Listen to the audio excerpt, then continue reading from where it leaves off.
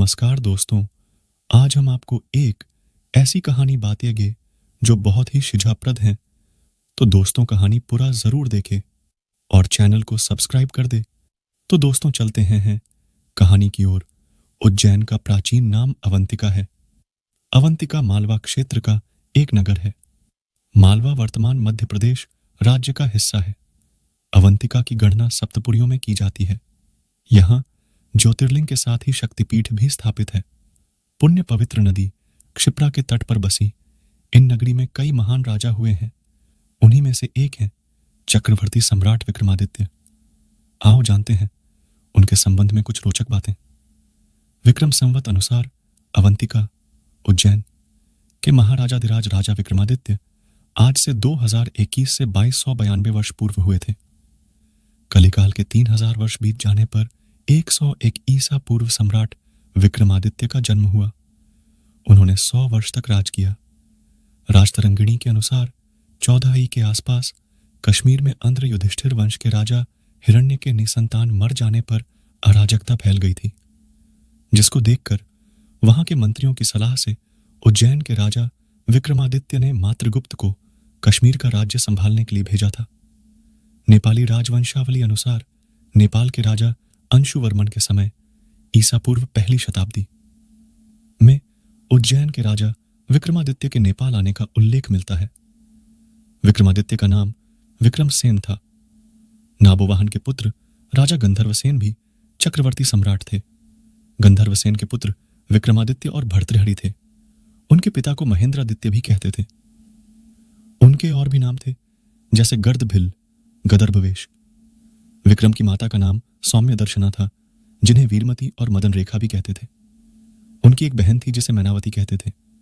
उनकी 5 पत्नियां थीं, मलयावती, मदन लेखा, पद्मिनी, चेल और चिल महादेवी। उनकी 2 पुत्र विक्रमचरित और विनयपाल और 2 पुत्रियां प्रियंगु मंजरी, विद्योत्तमा और वसुंधरा थीं। गोपीचंद नाम का उनका एक भांजा था। प्रमुख मित्रों में भट्टमात्र का नाम आता है। राजपुरोहित त्रिविक्रम और वसुमित्र थे। मंत्री भट्टी और भयसिंधु थे। सेनापति विक्रम शक्ति और चंद्र थे। विक्रमादित्य के दरबार में नवरत्न रहते थे। कहना चाहिए कि 9 रत्न रखने की परंपरा का प्रारंभ उन्होंने ही किया था। उनके अनुसरण करते हुए कृष्णदेव राय और अकबर ने भी 9 रत्न रखे थे। सम्राट अशोक के दरबार में भी 9 रत्न थे। विक्रमादित्य के 9 रत्नों के नाम हैं: 1 धनवंतरी, 2 क्षिपाका, 3 अमर सिम्हा, 4 शंकु, 5 वेताल भट्ट, 6 घटकार पारा, 7 कालिदासा, 8 वराह मिहिरनो, वरुचि। हालांकि यह भी कहा जाता है कि यह नवरत्न चंद्रगुप्त विक्रमादित्य द्वितीय के काल में थे। कहते हैं कि उन्होंने तिब्बत, चीन, फारस, तुर्क और अरब के कई क्षेत्रों पर शासन किया था। उत्तर में हिमालय से लेकर दक्षिण में सिंहल, श्रीलंका तक उनका परचम लहराता था। विक्रमादित्य की अरब विजय का वर्णन अरबी कवि जरहाम किंतोई ने अपनी पुस्तक शायर और औकुल में किया है। यही कारण है कि उन्हें चक्रवर्ती सम्राट महान विक्रमादित्य कहा जाता है। उज्जैन के सम्राट विक्रमादित्य ने ही 57 ईसा पूर्व अपने नाम से विक्रम संवत चलाया था। उन्होंने शकों पर विजय की याद में यह संवत चलाया था। उनके ही नाम से वर्तमान में भारत में विक्रम संवत प्रचलित है। कहा जाता है कि मालवा में विक्रमादित्य के भाई भर्तृहरि का शासन था। भर्तृहरित के शासनकाल में शकों का आक्रमण बढ़ गया था। भर्तृहरि ने वैराग्य धारण कर जब राज्य त्याग दिया तो विक्रम सेना ने शासन संभाला और उन्होंने ईसा पूर्व 57 से अरहावन में सबसे पहले शकों को अपने शासन क्षेत्र से बाहर खदेड़ दिया। इसी की याद में उन्होंने विक्रम संवत की शुरुआत कर अपने राज्य के विस्तार का आरंभ किया। इस संवत के प्रवर्तन की पुष्टि ज्योतिर्विदाभरण ग्रंथ से होती है, जो कि 30,068 कली अर्थात 34 ईसा पूर्व में लिखा गया था। इसके अनुसार विक्रमादित्य ने 30,044 कली अर्थात 57 ईसा पूर्व विक्रम संवत चलाया। बाद के राजाओं में विक्रमादित्य से बहुत कुछ सीखा और उन राजाओं को विक्रमादित्य की उपाधि से नवाजा जाता था जो उनके नक्शे कदम पर चलते थे। उज्जैन के सम्राट विक्रमादित्य के बाद समुद्रगुप्त के पुत्र चंद्रगुप्त द्वितीय हुए, जिन्हें चंद्रगुप्त विक्रमादित्य कहा गया। विक्रमादित्य द्वितीय के बाद 15वीं सदी में सम्राट हेमचंद्र विक्रमादित्य हेमू हुए। सम्राट हेमचंद्र विक्रमादित्य के बाद विक्रमादित्य पंचम सत्याश्रय के बाद कल्याणी के राज सिंहासन पर आरूढ़ हुए। उन्होंने लगभग 1008 में चालुक्य राज्य की गद्दी को संभाला। राजा भोज के काल में यही विक्रमादित्य थे। सम्राट विक्रमादित्य अपने राज्य की जनता के कष्टों और उनके हाल चाल जानने के लिए छद्मवेश धारण कर नगर भ्रमण करते थे। राजा विक्रमादित्य अपने राज्य में न्याय व्यवस्था कायम रखने के लिए हर संभव कार्य करते थे।